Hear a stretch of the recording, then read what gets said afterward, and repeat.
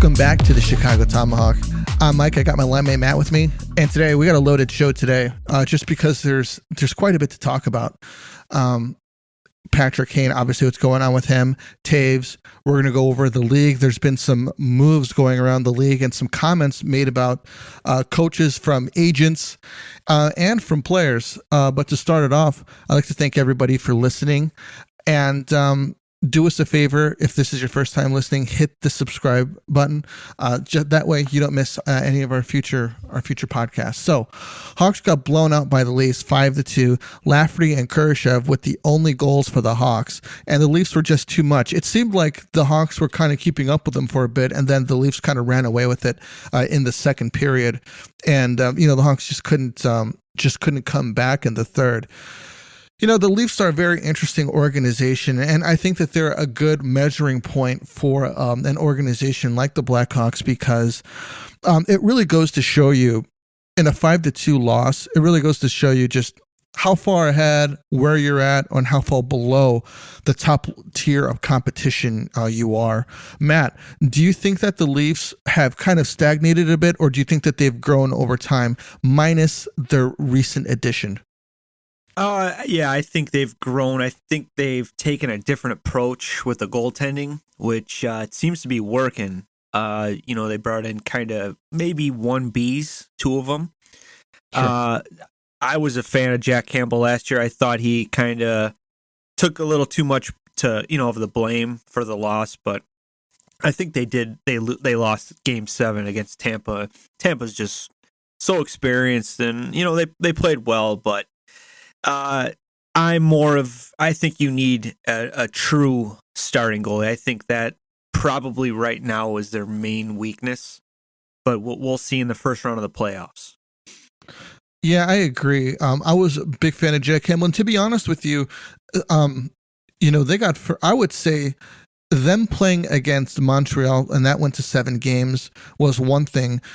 Taking the Lightning to 7 games to the limit goes to show you just how much better they got as a team, went into the playoffs as a strong team. And it's just unfortunate that the flip of the coin kind of went to the other side, especially for a struggling organization in the playoffs like the Leafs. The Hawks beat the Senators in OT. That was a pretty exciting game, man. Yeah, evenly matched. I thought that it was. Yeah, I thought that it was really enjoyable. It's really disconcerting from an Ottawa standpoint to see a team like the Blackhawks, who, it's no. It's no secret that they're looking to tank for a good prospect, and you've got a team like Ottawa that has made some pretty big moves in the offseason, getting Alex DeBrincat and picking up Claude Giroux, and essentially sending their draft pick to Chicago, and Chicago drafted an incredible hockey player in Kevin Korchinski. At least what he's done so far. I think that Ottawa, on the other hand, it's really disconcerting to see how bad that they are this year. Were you expecting more from this team? Well, I was expecting DeBrincat to kind of pick up where he left off with the Hawks with all the goals, but they're just not there this year. And I thought he'd be playing, with Brady Tkachuk and maybe even Claude Giroux. I think they actually did play together the last game. I think they actually hooked up for a goal from Giroux. Nice pass by DeBrincat, but.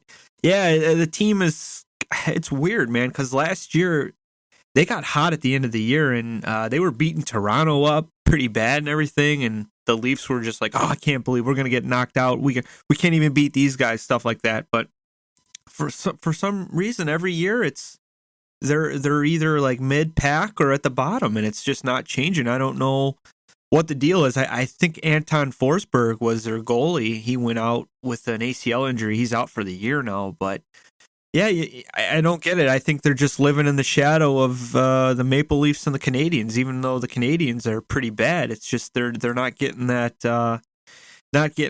media spotlight. I think that we're getting to a point in the league that the goalie position is more important than ever. You'd have if you could, a star goalie, and then whoever to kind of back him up. I think that it's getting to a point where, do you think that it's a better idea that a team maybe doesn't have like, say, like a Marty Brodeur, but somebody that's really good, and then somebody under him that's really good as well, instead of there being such a disparity in talent between both goaltenders? Well, I think Ottawa's they tried to make a move with goaltending. They brought in Cam Talbot, and that poor guy's been around, man. I think he was with Minnesota, and they signed Fleury, and he kind of got the boot. He was with Edmonton. He was with Calgary. I think he started his career off with the Rangers. So this guy's been around, and he's a good goalie, but he's like I guess you could say a number two, and that's the problem. Yeah. A lot of these teams, they're signing 2 number 2 guys, and they're hoping that he turns into a number 1, and it's not there yet. And you got Tampa with Vasilevsky.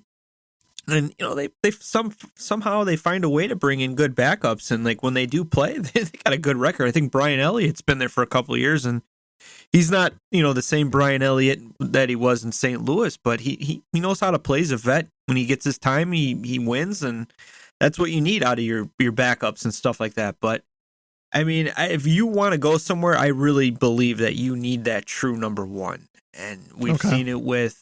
We've seen it with Tampa, obviously. Look at the Rangers. They got Shesterkin. All the top contending teams, they got that really good, solid goaltender. So that's what, going back to the Leafs, I think that's going to hurt them eventually in the playoffs. We'll see. But, I mean, going back to 2010, the Hawks, we had Cristobal Huet. He was our starter, and he ended up losing it to a no-name, Antoni Niemi. So you never know. Sometimes guys, they go on an incredible run and they steal it, and then they make their money off that one run they have, and they play another couple of years in the NHL. Kaner showed up with 2 goals, Lafferty with 1, and Anthony Siu with the game winner. I think that a lot of people have been really hard on Kane because they feel that he should be playing lights out every single night. I don't think that he has the roster to kind of support that. And number 2, I think that his hip is a lot worse than what they're letting on to. Do you think that maybe there's any legitimacy to that?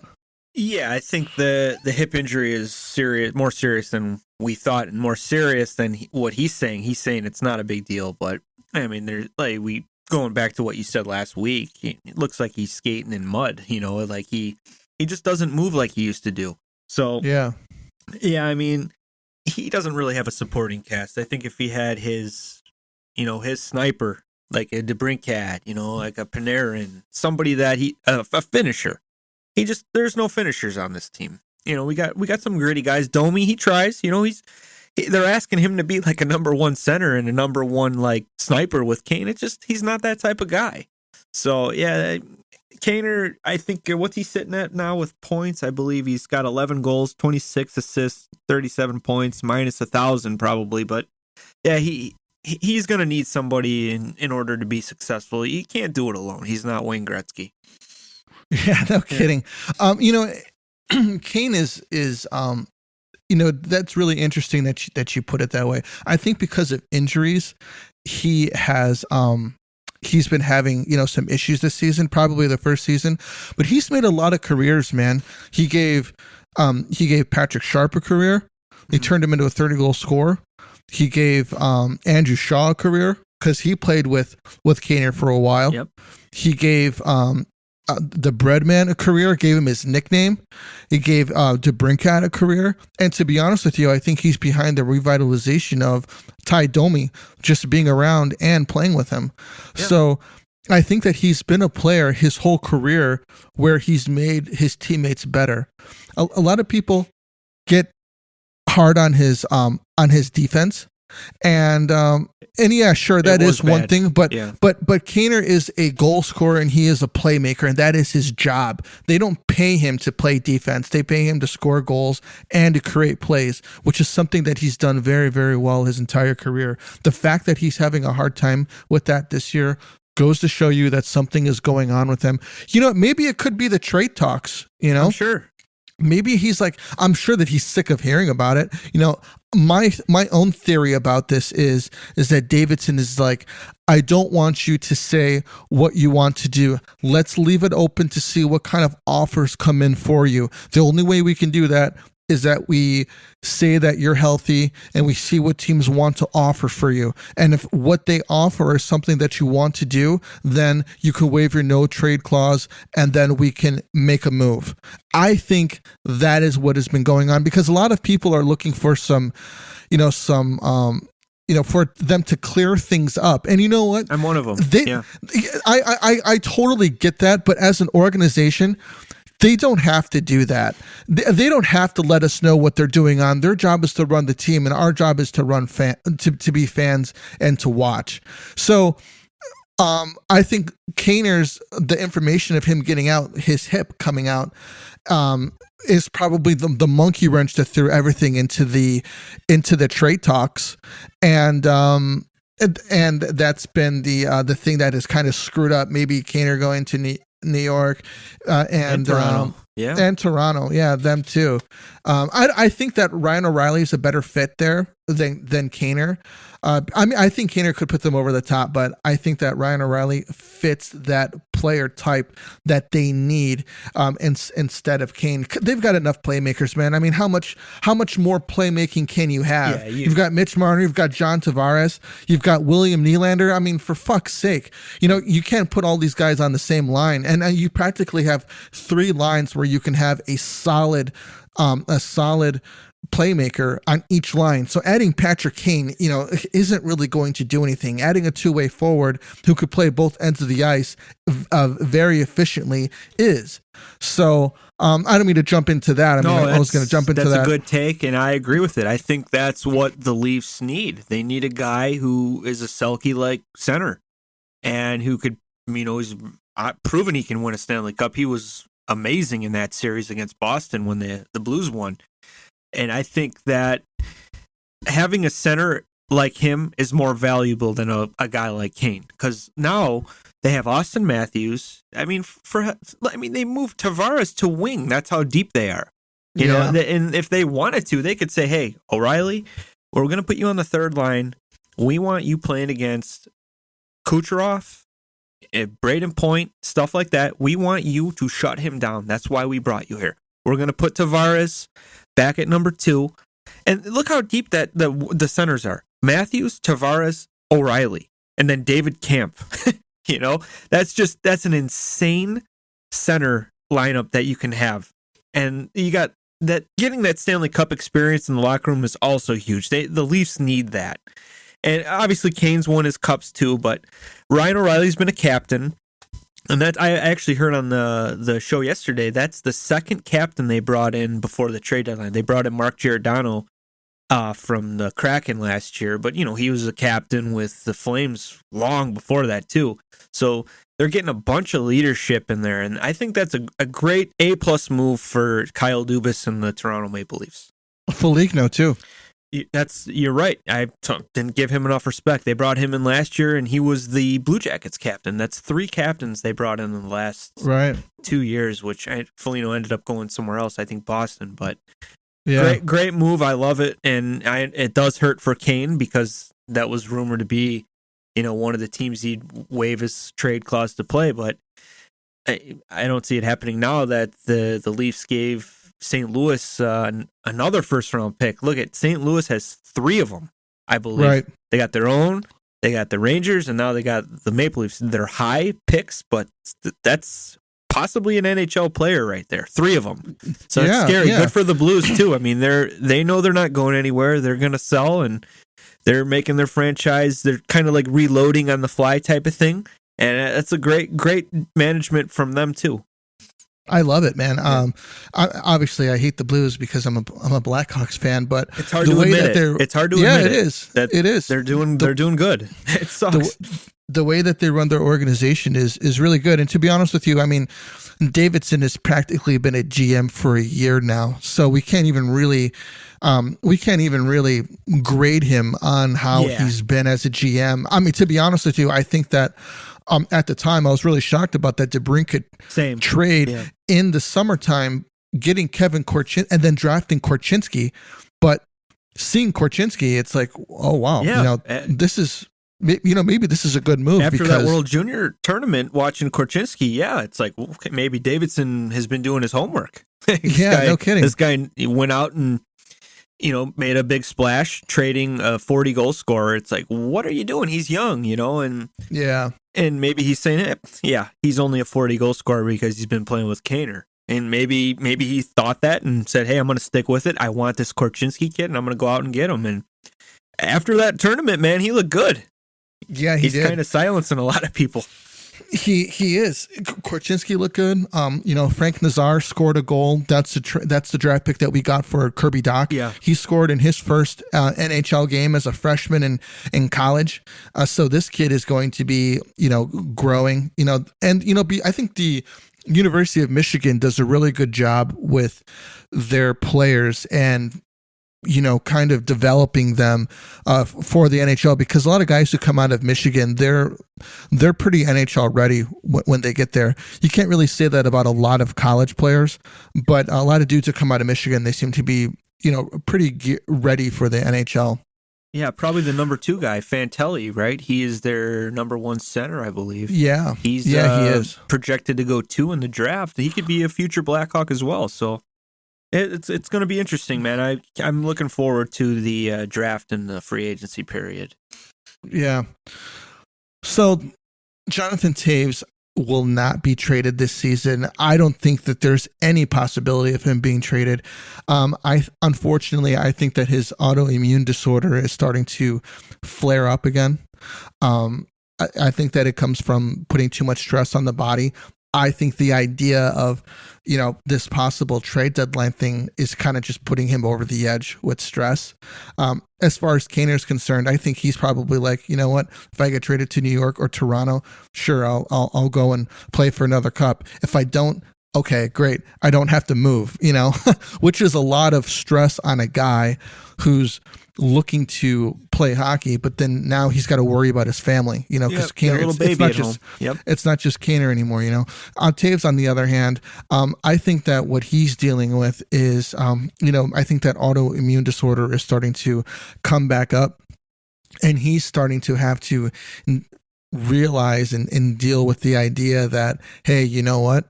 It's not necessarily father time that's prohibiting me. It's my body is sick and there's nothing that I can really do about that.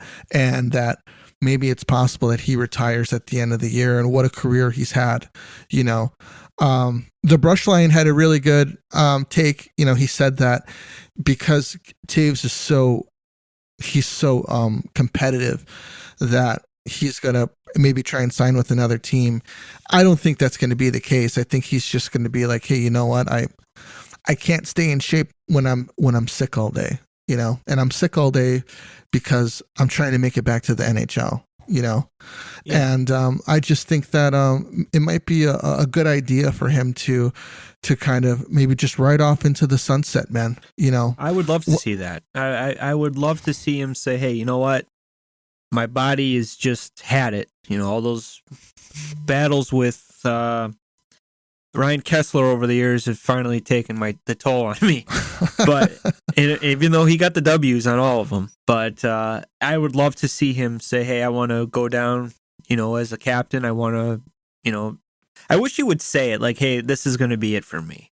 And then immediately get signed to like a player development type of role, still involved with the team. Because I think it's important to take care of guys like that given everything, and now you can still work for us. We love you. We love your input. I could see it happening. I hope it's not another team, but he's very knowledgeable, A+ hockey sense type of guy.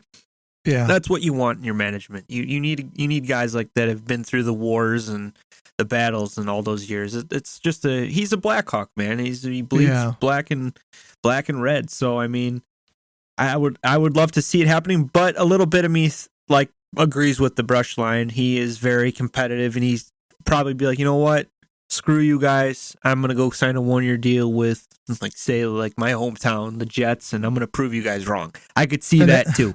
And then he plays 37 games. I would hate it, but yeah, it's kind of like what Mike Modano did. Dallas says we're not going to re-sign you, and he ends up going to play for the Red Wings, and for like 25 games. It was just like a waste of time. He could have been at home with his family, and then he ends up going back to Dallas, signing a 1-day deal to retire as a star. It's like, come on, man, you should have just done that in the first place. But when money's thrown at you, I mean, you got to take it, I guess, if it's big money. So, oh my gosh!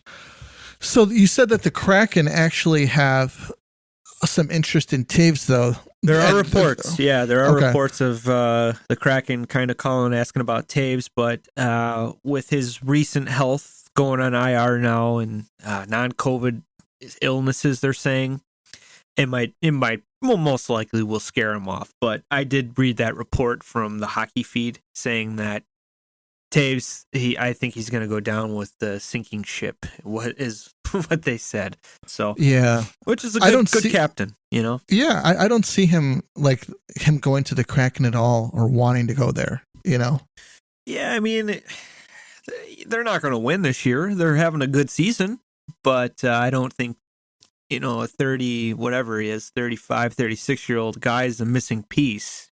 Right. And I think if Toews is going to go, it's going to be to a team like favorites. You got the Leafs, Colorado's always up there, scary. Even Dallas, but again, it's a gamble. And the Leafs could have said, "Hey, let's get Toews. This guy's won 3 cups. He's a Selke guy, but he's too much money." And for a first round pick, I don't think I would have gave a first round pick to Chicago for him, unless they ate almost all the salary. But Chicago's not going to do that. It's stupid. Right. So I think Ryan O'Reilly was the right move, but I think Toews' contract and his cap hit's hurting, and his health. So I think he's going to end up staying too. Before we go any further, I got to let everybody know that Manscaped is selling beard products. That's right. Once again, revolutionizing men's grooming with the brand new Beard Hedger Pro Kit. From a beard trim to a fresh shave, the technology behind the Beard Hedger Pro Kit allows you to shape your signature beard look. Now you can finally use Manscaped products to make your drapes match your carpet by going to manscaped.com and using code Tomahawk20 for 20% off and free shipping. Matt, how do you like their, man, they used to just have like one type of products. Yeah. Now they're really, really expanding into, lots of other things. A lot of guys have beards. You're one of them, man. Do you need something to kind of keep things in shape for you in a way, instead of using, some rusty, some rusty clippers? Well, it's cool that they have, like beard shampoo, which I've tried. It's very good. It makes it nice and soft, not prickly, Yeah. And that's good because my little baby's always running up, against me, and I don't want to give her like rashes or anything. Right. The beard cream I do like too. It kind of gives it a little shine and stuff, and it, nice scent to it. You don't want to look like I said before, you don't want to look like Peter Griffin when he grows a beard. Got little birds coming off, but very, very good products. I recommend them for anybody with a beard. The conditioner, there's like just lotions and stuff, and they give you a nice brush to comb through it to, prevent any like tangles type of thing like that. But it's very nice product. So it's time to tame your mane. No one likes a weird beard, so say goodbye to all your stubble trouble with Manscaped Pro Beard Kit. Manscaped's Pro Beard Kit, 1 stroke, 1 guard, 20 lengths. So you get 20% off, free shipping with code Tomahawk20 at manscaped.com. So the big thing I wanted to talk about today was Ryan O'Reilly. We've already been talking about it because I think it's such a big part of what happened with this trade. You mentioned Toews going to the Leafs. And you know what, man? Say you're Toronto, right? And you're like, you know what? We've played with all of these guys before. Wouldn't you want Jonathan Toews to be on the ice with you in Game 7 versus Tampa Bay to get over the top? Because Toews was a member of the only team that is, well, not the only team anymore, but team that beaten, the Tampa in the playoffs, or I should say in the finals. Yeah, in the final. Yeah, well, it instantly would be a huge piece in that locker room. Like, this guy 3 cups, Hall of Famer, Selke winner. I mean, that's something you want. I just think the only thing that was holding him back is that cap hit, and obviously his health. But he would instantly be a huge piece. And you know what? He's been through wars with guys. Obviously, he's had that war with Kessler, the famous. I love that rivalry. It's awesome. And you know what? In Game 7s, it feels like he shows up too. I think that Ducks game, he scored, I think it was a hat trick actually, against that, it was a 2015. And then 2011, I remember we were down 3-0 to the Vancouver Canucks, and we ended up getting it back to a Game 7, and we were losing, I think it was like maybe 3-2.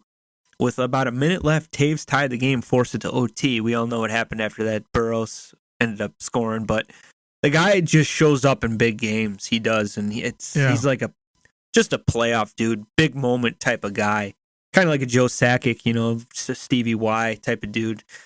They all wore number 19. It's crazy, but that's the type of guy. He would be a huge piece for any team going for it. He's just been there, and it's just like I said, though, that teams are just, they don't want to give a first round pick for a guy that's, you don't know his health, and that 10.5, it's tough to swallow. So I think that's why teams are starting to back off on him. Yeah. It's just to reiterate that, man, Toews and Kane, I think the one thing that I'll remember about both of them is that when it came to Game 7, man, both of those dudes showed up. Oh, yeah. Whether it was Toews shutting somebody down or Kaner coming in and scoring a huge goal. They both showed up. And that's what the Leafs are looking for. They're looking for somebody to their players to do that, because a couple years ago, Marner and Matthews were nowhere to be found during that Canadian series. I think they had 2 points between the two of them or something like that. Yeah, Philip Deneau absolutely shut them down. And yeah. And even you said Game 7s, you can easily say Game 6, like elimination games. They would always find a way to, have a role in that game. Like say we're beating Nashville in 6 or St. Louis in 6, Vancouver. Yeah. Like you feel like the Kings. Kaner was probably the King Slayer. He would always show up. Toews would always pitch in and do stuff. Like those guys were just absolutely clutch in elimination games. Yeah, I think it was 2015. They went through the Kings after battling with them the year before, going through 7 games. They beat him in 5. Yeah. Kaner with the hat tricks, right? Yeah, and Toews set him up for that breakaway double OT game winner. And even going to the 2015 win, the game-winning goal or the go-ahead goal was a beautiful pass to Brad Richards. Open net, buried it, and that was it for the Tampa Bay Lightning. Yeah, incredible, man. And I think that's what the Toronto's looking for. They're looking for those game breakers, and the guys who are supposed to be game breakers are not. Maybe taking some scoring, stress off of them helps. And Ryan O'Reilly kind of fits that mold where, like Toews, he's not going to put up 50 goals a year, but he will score some meaningful goals, whether to tie a game, get you a goal to get you back into it, or maybe get you a goal to put you over the top. Yeah, absolutely. He also, yesterday, I watched that first period. They started him. Another underrated thing about him, he's a good face-off guy. He was winning every face-off I watched him, and that's important, man. Getting that puck possession is key, and it's an underrated thing for centers, but that was a good game by him. I think he got an assist. I'm calling it tonight. He's going to get his first goal as a Leaf against the Hawks tonight. At one point yesterday, he was 12 for 14. That's complete dominance. Oh God, he's a hockey player, man. He's got the face of a hockey player. He's got that good beard. He's got that missing tooth, and now he's actually surrounded by better talent than St. Louis. So this could be very scary in the playoffs if you're going against the Leafs. The only thing, like I said, the goaltending is their weakness. So they got to the team whoever matchup it is, they got to really exploit the goaltending. Yeah, he's never played on a team that has had so much talent around him. Yeah, it's unbelievable. That top six is Austin Matthews, Mitch Marner, Tavares, Michael Bunting, now O'Reilly, William Nylander. It's terrifying, dude, to go against a squad like that. Yeah. And you know what's crazy? That's something that that really stands out amongst those names is out of all those big names, man, Nylander stands out to me. And I'm going to tell you why. This guy, when Marner and Matthews were not scoring, he was creating offense, and he consistently does that. Like, it really doesn't matter when it is. He is consistently a threat, being out there. If he was on any other team, I think that he would be a much bigger star than what he is now. He's considered a really good player, but considering Marner and Matthews get so much publicity, he kind of flies underneath the radar. And then you could say Tavares too, because he was an MVP candidate when he was with the Islanders. You could say that Marner is able to kind of fly under the radar, and I think that he's like the Sharpie. Yeah, he's like a huge weapon that they have that I think that people kind of overlook. How many goals do you think he has this year? 24? 31. Wow. 31 goals, 34 assists, 65 points, plus 18. He could be a 40-goal scorer this year. It might happen if he's, playing with O'Reilly or Matthews, even Tavares. Yeah. I mean, it's insane to think about this, and I think his cap hit's very fair. I think he's around the 6-7 million marker. I don't know, but he is. I want to look that up. He's very dangerous, and I don't think he's going to be a Leaf forever. But they're going to get a good haul for this if they trade him.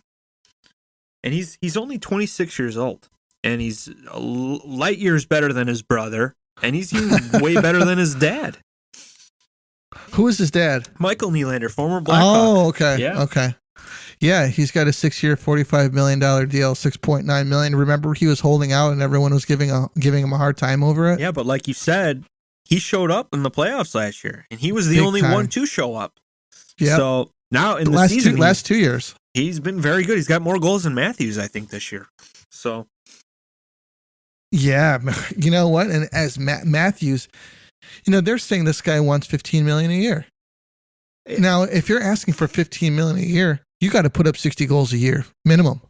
I mean, I don't know how you can do that. Like, you're gonna like have positions like not filled because you're not gonna have enough money to fill it. Yeah, Matthews only has 26 goals this year. Wow. 31. He's got 57 points in 49 games played. It's still very good, but it's not 60 goals like it was last year, and he might never hit that again. But that's a lot of money, and if you're going to sign a deal like that, you could say goodbye to the talent around you because it's not going to last. We have experience with that, being Blackhawks fans. So if you're Toronto and you have this guy where he's done 60, more than likely he'll hit 50, a few more times. Do you take the risk of giving this guy so much money that you can't fill out the rest of the squad, or do you find a way to kind of replace him? Well, I would first say, hey, we got a very good team. You're the superstar on the team. Can we give you an almost identical deal? Can we give you another 4-year, whatever you're at, 13, 12 million? Let's go for it. If it doesn't work out, then you can leave, go get paid somewhere else, but let's try to keep this core together. And that would be the first approach. And he's going to say, no, I scored 60. I want money. And you'd have to replace him, man. You'd have to move him at the deadline or even the draft the year before and say, hey, it's not going to work. We can't afford you. Get a huge haul, a couple prospects, picks, anything. Even, I think, is he going to be a UFA or an RFA? UFA. So you have to trade him. You can't hold him. And you hoping for a team to offer sheet him, that would be ideal. If you're not going to pay him what he wants, let somebody else sign the contract, take the picks. But now you don't have that option, so you'd have to move on from him. It would also make it hard because he has all the leverage. Let's say I'm the Blackhawks, and it's out that they're not going to re-sign him. They're like, okay, well, instead of giving you picks, I can just wait until free agency and sign him on its own. Well, that's what I'm saying. I think it would be like a deadline move. Like a team that really wants him is going to try to get him so they could talk to him first. You know, they got a couple months before July to get something going. I've seen it done before, but it's a risk, man. It's kind of like what's going on with Kaner. A lot of teams could say, "Hey, we love Kaner. We'd love to have him, but well, why don't we just wait till July and we can sign him to a better deal and we don't have to get rid of anybody or a pick." That could be what's going on with him too. Yeah, you know, we had a poll, Tomahawk poll, where Kaner's going. 49% said that he's staying at home in Chicago. 19% said the Dallas Stars. 15% said the Edmonton Oilers, and 17% said another team. I'm going to go with that 49% there, man, out of the 132 voters who voted. Yeah, I mean, I personally I would like to see him chase a cup again because I don't think it's going to happen here. But I'd hate to see him go to Dallas or, you know, somebody in our conference. Anywhere. Western Conference. Eastern Conference would be better. Right. But, yeah, man, I don't, with the hip stuff going on and the Rangers doing what they did, the Leafs doing what they did yesterday, I think those were the teams that he would have his best chance. I don't think Dallas is going to do anything. I've heard rumors of Tampa getting involved. I don't know how in the hell that could happen, but I've heard that. I've heard Carolina.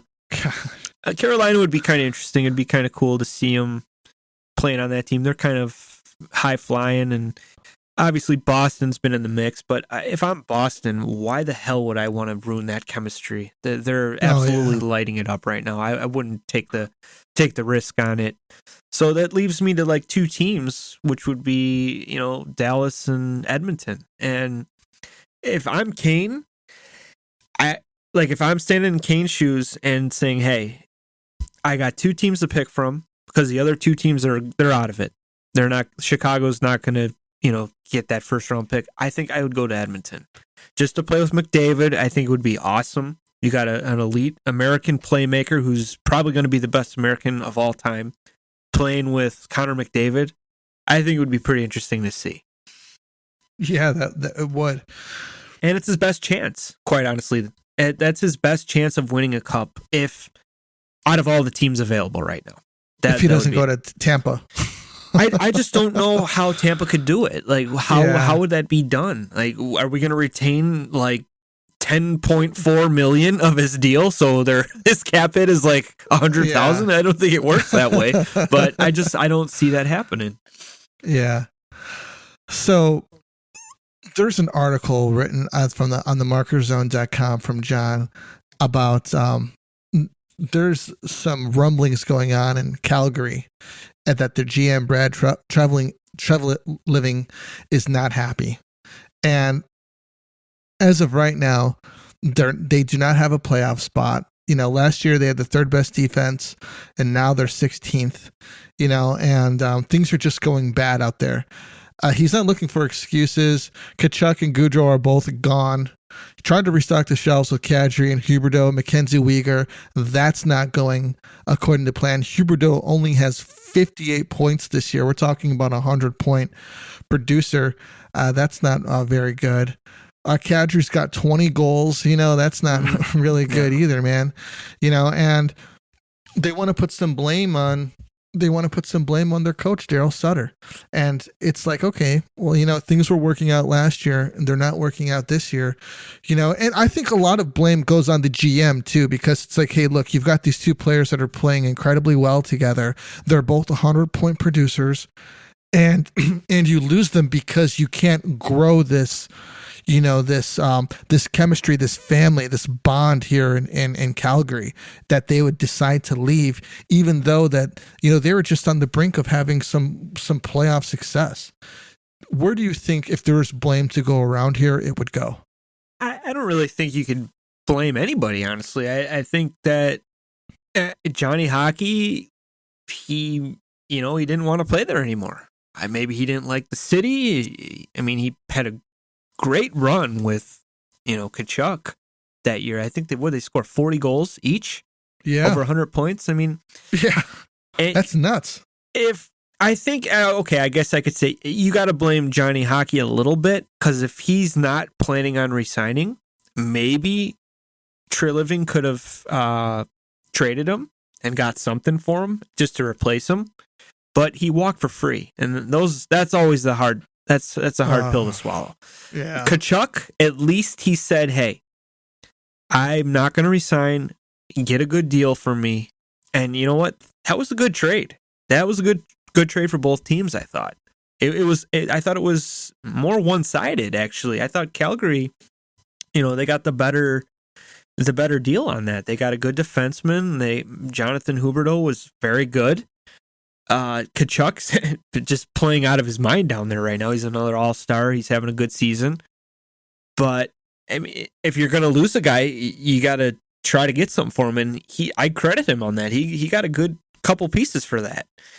Yeah. As far as the blame on Sutter, I mean, I find that laughable because last year he was, I feel like in every highlight, like they were praising this guy because he's a good coach. And, Sutter's not going to change. Sutter's Sutter. And you can't blame him because last year they were fine. Look at the Kings. They were Stanley Cup champions with him 2 years. The team's just maybe not playing the way he wants, and they're not responding to him. And unfortunately, that's how coaches get fired. But it's mostly on the team. So right. I'd love to see Sutter, be a part of the Blackhawk organization. He was a great Blackhawk back in the day, and I think he'd be a good coach. Captain. I don't think you can blame the coach on that one at all. I think it's the players in the end, they have to play, and they're just not playing right now. Tkachuk's got 56 games played, 28 goals and 48 assists with 76 points. He's lighting it up down there, man. Yeah.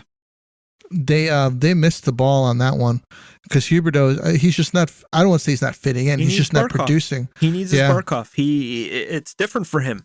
And what I don't get is if you're not happy up there, why the hell would you sign an extension? Like why? It's out of spite. What was your hurry? That's what I don't get. And I know his agent's been running his mouth too, but like, hey, you helped orchestrate this, bud. You should have said, hey, let's take a year and let's see what's going on. But it was hurry up, hurry, get your guaranteed money type of thing. And now he's kind of paying the price. He's stuck there. So yeah. So, Matt, you got anything else, man? Well, what do you think tonight? Leafs, Hawks. I got a 6-2 Leaf victory. Ryan O'Reilly's first goal as a Leaf.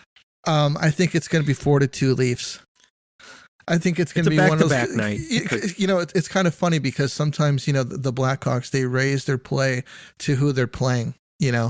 And if they're playing a really crappy team, it'll be it could be a 3-2 loss. Yeah. They could be playing a really, really good team, and then out of nowhere, it looks like they're skating with them. You know what? Patrick Kane usually elevates his games against teams that are like elite. I noticed over the years, he's always kind of showtime in it.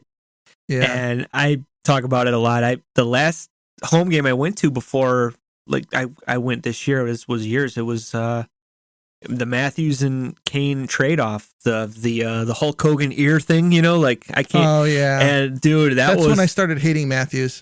Dude, it was unbelievable though. That was just back and forth Matthews and Kane show, and it was very entertaining. The Hawks were still a pretty decent team. I think they were doing okay, but they were kind of on the downslide. But still, very entertaining. Going to an original six matchups are always fun. You got the O Canada anthem too, which I get the shakes listening to that too. But I got the Leafs. They're going to be too much, man. That top six. You could like I said, you could throw me in net for the Leafs, and I'm going to get a win. I'll get a win, a clean win. A 5-2 victory. Yeah, 5-2 victory with like 10 shots, only 8 saves. Yeah. All right, cool, man. Well, everyone, that's all that we got for you today. Do us a favor if you have not. Hit the subscribe button so you subscribe. It helps out the podcast big time. And we'll catch you on the next one. This is the Tomahawk. We're out of here.